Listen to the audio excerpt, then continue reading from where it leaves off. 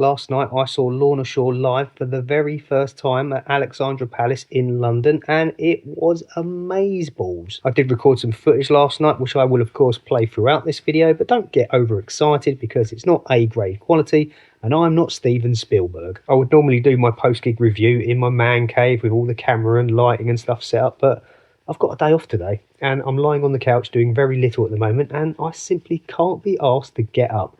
So I thought I'd just put my camera phone in front of my face and talk to you from here. So I went to the gig on my own last night. Mystery Girl didn't come with me. She's not a massive fan of this specific genre. She thinks that deathcore is for angry boys that haven't had sex before. But regardless of whether you are into deathcore or not, you cannot deny that the bill for last night was insanely good.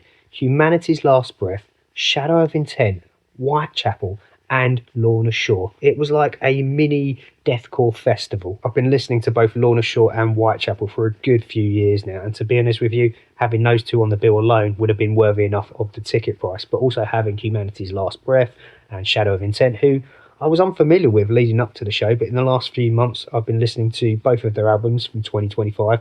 I really like Humanity's Last Breath.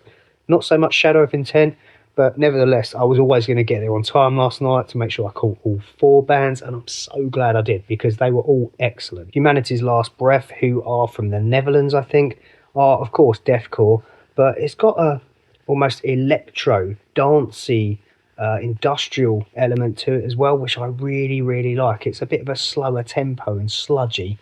And I love that kind of stuff. I really like this band, and I think it's because they've still got that European core at the source of their sound, which helps them stand out in an overly saturated genre. They've got another dimension. They sound a bit more interesting to my ears, at least, and that's why I've really enjoyed listening to them in the build-up to this show. And I loved their set last night. They absolutely smashed it. And then on the flip side, Shadow of Intent, who I hadn't really enjoyed listening to leading up to the show, but I thought were cracking live. Really, really good. They sound a lot better live than they do on record, in my opinion. Am I converted? No. I just think they sound a bit repetitive and samey, and I need something that's going to stand out in deathcore. It's an acquired taste for me. I have to be in a certain mood and mindset to want to listen to it, and that's why I think I gravitate towards some bands that have something unique about them, and for me, Shadow of Intent don't have that as a trait. Not to say that they're not a great band. As I said, they were awesome live. Just not my thing. And what can I say about Whitechapel? I think if you were there last night, then you can relate, because it was incredible, wasn't it? They are insanely good, and the level of musicianship in that band is just bonkers. Phil and the band are one of the goats within the scene. Let's not pretend otherwise, on record and on stage. And I think with their last album, they almost came out with a statement, which was to say to all of the youngsters and up-and-coming bands within the deathcore scene, hey, don't forget about us, and if you want to keep pushing boundaries, go ahead, because we will trump you. Honestly, they exceeded my expectations live, which were already extremely high leading up to the show. Blew me away, and I'd love to see them again. And then at 9:20 p.m, Lorna Shore finally hit the stage, and despite Will Ramos having flu, they absolutely killed it. The stage setup was beautiful. The pyrotechnics were awesome.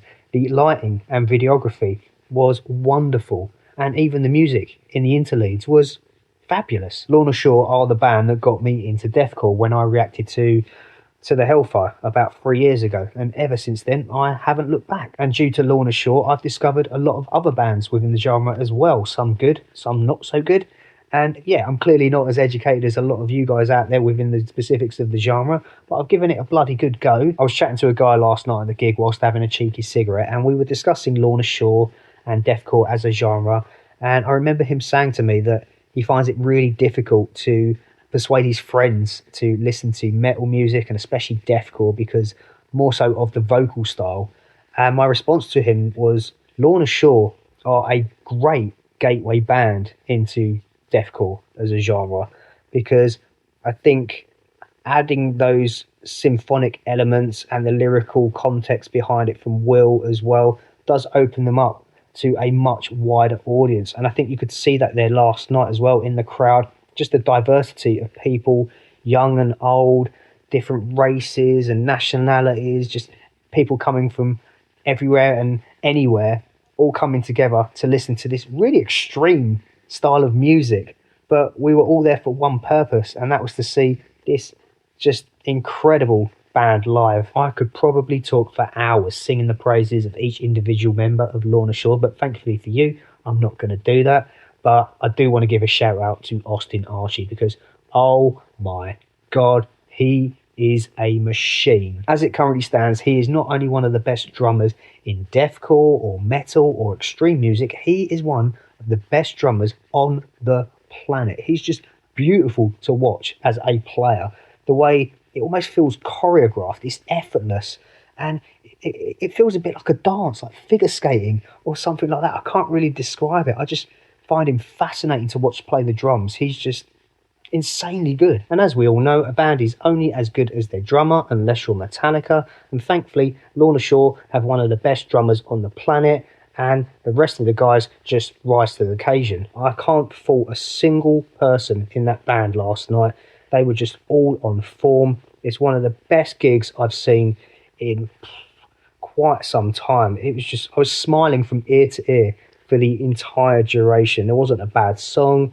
The way the set list flowed, the way they performed, it felt kind of note perfect to me throughout. I can't remember any bum notes or anything off key or whatnot. It just didn't disappoint. They were amazing. I did record some footage last night, which you will have seen in this video, but to be honest with you, for a lot of the time, I kept my phone in my pocket because I just wanted to experience it with my ears and my eyes and be there in the moment. I didn't want to stand there with my hand up in the air for however long.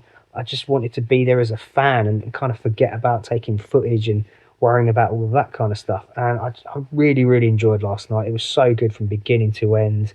All four bands were brilliant. I had a yummy duck wrap and burger, as well as some delicious ales. And I even got talking to one of the guys behind the bar because he was asking me questions about where the bands came from.